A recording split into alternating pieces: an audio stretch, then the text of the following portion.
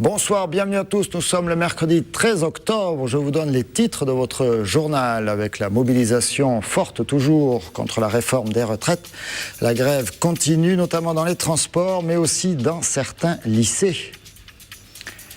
La 62e foire de Montpellier se poursuit jusqu'au lundi 18 octobre prochain. Les champions se succèdent chaque jour, mais la direction le reconnaît, le démarrage a été difficile.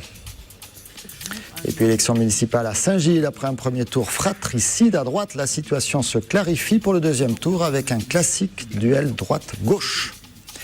Et puis nous recevons sur ce plateau Anne Pernet pour l'Union nationale lycéenne et également Thierry Debruer pour la CGT Cheminot. On les retrouve en fin de journal pour nous expliquer pourquoi ils se mobilisent les uns et les autres contre cette fameuse réforme des retraites. Deux catégories en pointe dans la revendication. La réforme des retraites qui domine toujours l'actualité. Nicolas Sarkozy a réaffirmé cet après-midi, on posera la question à nos invités, qu'il excluait désormais toute nouvelle concession sur le texte actuellement débattu au Sénat et à l'Assemblée nationale. Pourtant, sur le terrain, après les grandes manifestations d'hier, la mobilisation continue comme à la SNCF avec les perturbations annoncées pour demain que vous découvrez. 45% du trafic TER, 38% du trafic TGV, 37% Corail, Théos, aucun Talgo. Et toujours le numéro de téléphone 0800 886 091. Faites-le avant de vous déplacer jusqu'à la gare. Monsieur Debruer, vous confirmez ces chiffres, en tout cas cette forme de mobilisation. Vous avez revoté la grève il y a quelques instants.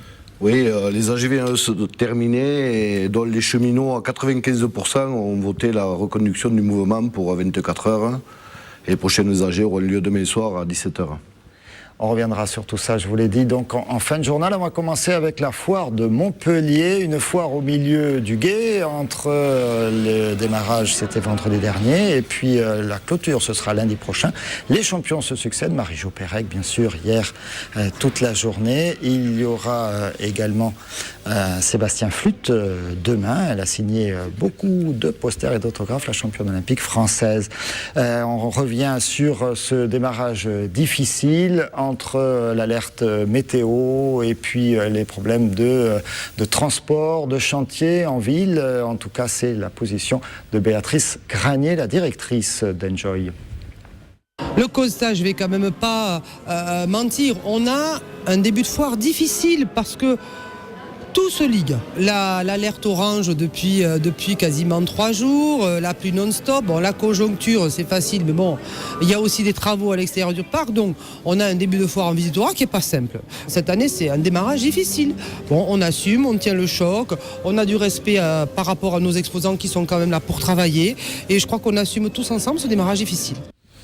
Et demain, je vous le disais, donc un autre champion olympique de Barcelone 92, c'est Sébastien Flûte, le tireur à l'arc. Mais il y aura également Yvan Bourgnon, un skipper déjà vainqueur de la Transat Jacques Vabre. On a voté à Saint-Gilles dimanche dernier. La démission du maire UMP, Olivier Lapierre, a ramené les électeurs aux urnes avec 4 listes en lice pour cette élection municipale. Celle du maire sortant, donc Olivier Lapierre, mais aussi une conduite par son ex-premier adjoint, le conseiller régional UMP Eddy Valadier.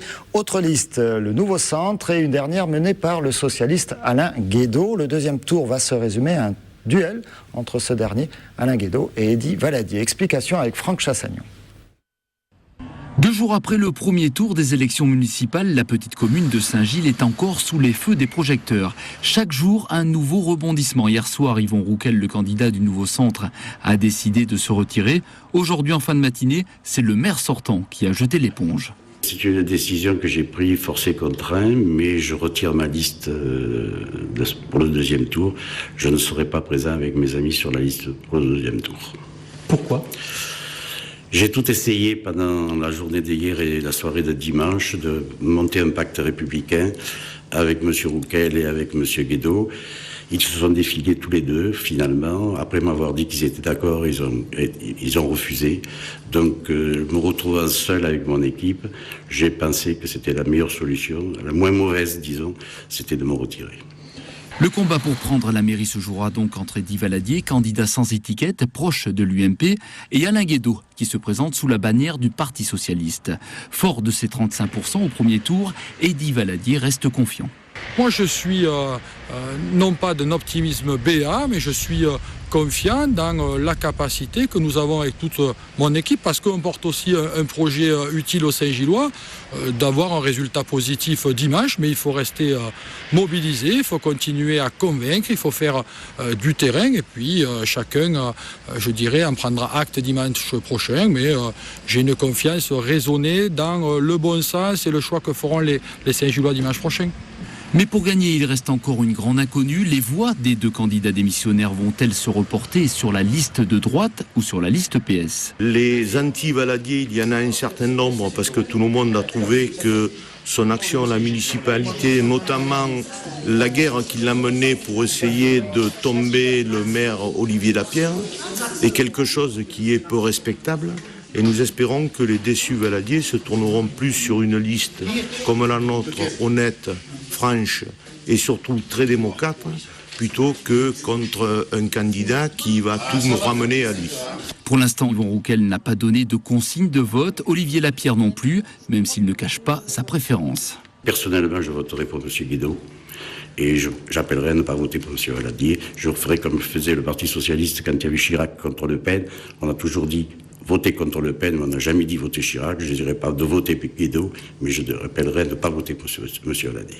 De son côté, Eddy Valadier pourra compter sur le sénateur maire de Nîmes, Jean-Paul Fournier, qui n'avait pas donné signe de vie au premier tour, sera bien présent mercredi à Saint-Gilles pour soutenir la liste conduite par Eddy Valadier. L'association de consommateurs UFC Que Choisir dénonce dans une enquête régionale le manque de concurrence et de transparence entre les banques. L'enquête a été menée auprès de 100 agences bancaires de la région Languedoc-Roussillon. On va écouter Claude Gilbert, il est enquêteur de l'UFC Que Choisir, toujours au micro de Franck Chassagnon.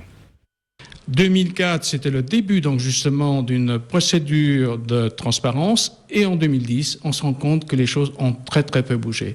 Les services qui se faisaient dans les banques se chiffraient aux environs de 30-35 produits. Maintenant, on arrive à 305. Et demain, combien? On constate qu'il y a déjà une brochure tarifaire où on observe plusieurs points qui sont déclinés, que ce soit la carte bleue, simple, la carte Gold premier, ou autres produits qui semblent à peu près lisibles. Mais derrière, il y a ce qu'on appelle le package. Et là, chaque banque vous propose, sous couvert de services complémentaires, beaucoup plus importants en termes de qualité de réponse. Tout ça cache effectivement des services qui n'ont aucune utilité ou très très minime.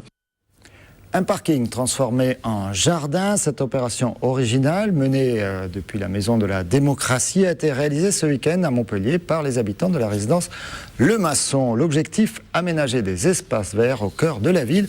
Un reportage de Jean Brun et de Jessica Péris. Ouais. Pendant 48 heures, ils ont revêtu l'habit de jardinier. À coups de pelle et de râteau, et accompagnés par des professionnels, les habitants de la résidence Le Maçon ont créé un jardin partagé bucolique, un chantier nécessaire car l'ancien parking était devenu une véritable décharge. Il n'y avait pas d'attente et de demande de la part des habitants, c'est nous qui l'avons repéré cet espace comme un lieu potentiel de projet puisqu'il était abandonné. Et à partir de là, il y a eu au début un peu d'étonnement, puis de l'envie et de plus en plus d'énergie jusqu'à aujourd'hui où il y a pas mal d'habitants qui sont là. Et en quelques heures, des arbres ont été plantés, des aires de jeu ont même été construites, le tout sur fond de développement durable. C'est une opération qui s'inscrit dans un cadre plus global de ce qu'on appelle le plan biodiversité qui a été adopté par le conseil municipal. Et ce plan biodiversité, en fait, c'est pour limiter l'érosion de la biodiversité en ville et surtout sensibiliser les habitants, les faire participer à travers ce type d'opération et d'autres qu'on va programmer au cours de l'hiver. Des écoles primaires du quartier ont aussi participé à cette première expérience. Mais derrière cet enthousiasme général se cache l'inquiétude d'une éventuelle dégradation. L'aboutissement de ce projet aujourd'hui, c'est un travail en amont depuis le mois de janvier avec les habitants du quartier. C'est une dizaine de réunions. C'est la création d'un collectif qui va gérer au quotidien ce jardin, cet espace ornemental. Et moi j'y crois. Et puis de toute façon, si ça ne marche pas, eh bien on verra autrement. Mais il n'y a pas de raison que ça ne marche pas. Les habitants de Lemasson ont donc désormais toutes les cartes en main pour faire de cet espace public un lieu d'échange unique à Montpellier.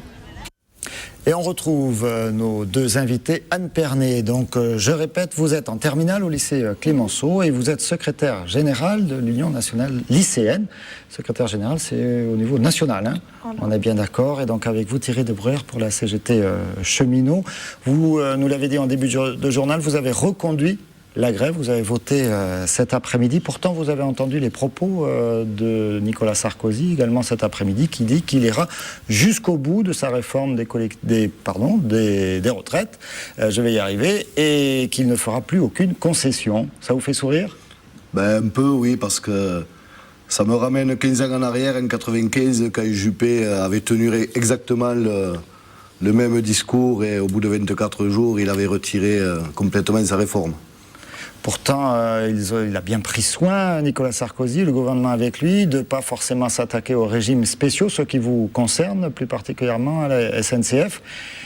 Et vous faites grève et ce mouvement, pourquoi ? Solidarité avec les autres salariés ou...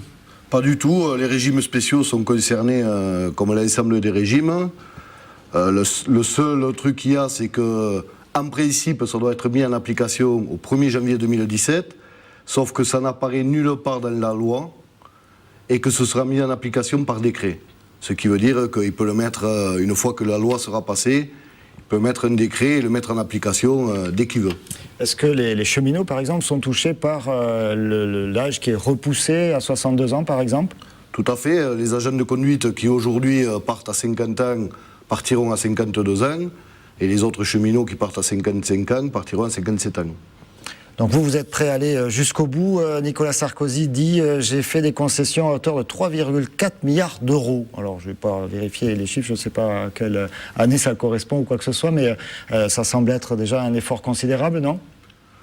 Il n'y a pas d'effort. On sait très bien que ce qui bloque, c'est les âges, le report de l'âge. Donc on ira jusqu'au bout. C'est les cheminots qui se détermineront en fonction de ce qui se passe avec l'ensemble des salariés, puisque les cheminots ne resteront pas seuls dans la grève, ils sont engagés dans une action interprofessionnelle avec les salariés du pays. Qu'est-ce qui vous a décidé ces jours derniers de passer à cette étape, puisqu'il y a eu toutes ces journées de mobilisation successives, et puis là, on a senti depuis quelques jours, et puis on constate que ça y est, vous êtes parti sur un mouvement reconductible. Qu'est-ce qui vous a décidé ? C'est l'autisme du gouvernement, puisqu'on a fait 3 journées d'action depuis le mois de juin avec un pourcentage très fort. Et malgré ça, le gouvernement et Sarkozy sont restés sourds à nos revendications. Donc il a fallu monter d'un cran. Et c'est pour ça qu'on a enclenché une action reconductible. Anne Pernet, vous-même, vous êtes rentré avec certains nombres de lycéens dans ce mouvement, finalement, il y a quelques jours. Il a fallu quoi ? Absorber la rentrée, il a fallu se coordonner, il a fallu tout ça pour que vous décidiez. Et là, maintenant, vous êtes parti. Déjà, on a mené les journées d'action du début du mois de septembre.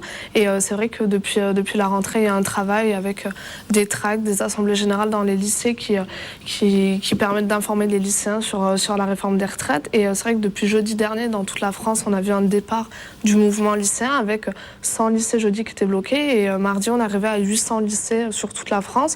Et particulièrement à Montpellier, ça a démarré ce mardi. Alors un mot de précision, sur Montpellier, il y a un certain nombre de lycées, le vôtre, on peut citer les autres lycées qui sont touchés pour l'instant ?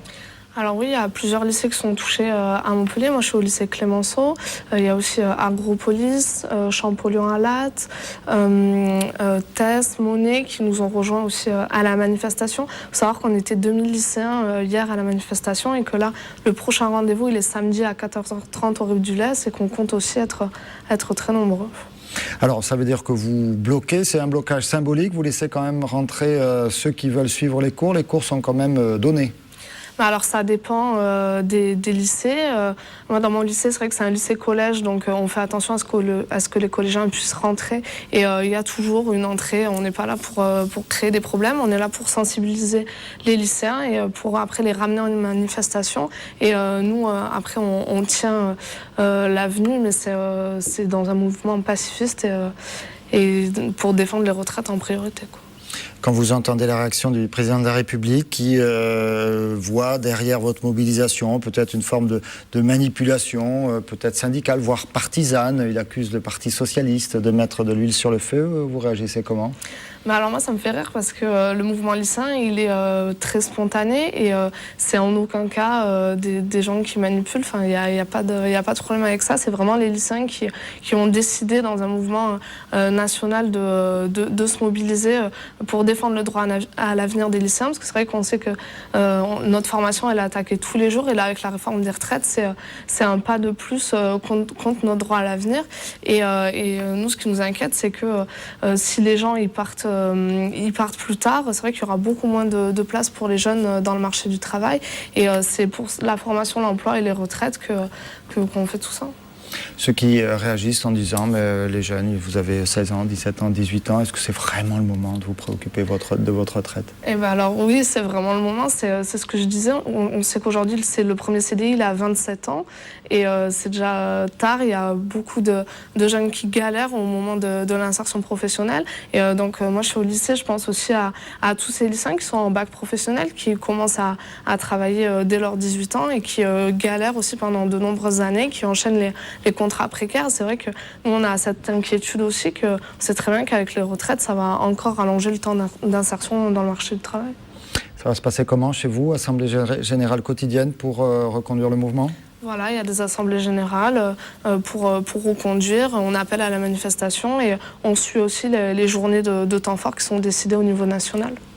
Monsieur Debrère, comment vous réagissez à cette participation nouvelle des jeunes, très jeunes même, ils sont lycéens ?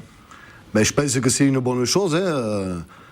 Ça rebooste le mouvement social, parce qu'effectivement les jeunes sont pleinement impactés par cette réforme, hein, malgré ce que dit le gouvernement sur leur implication.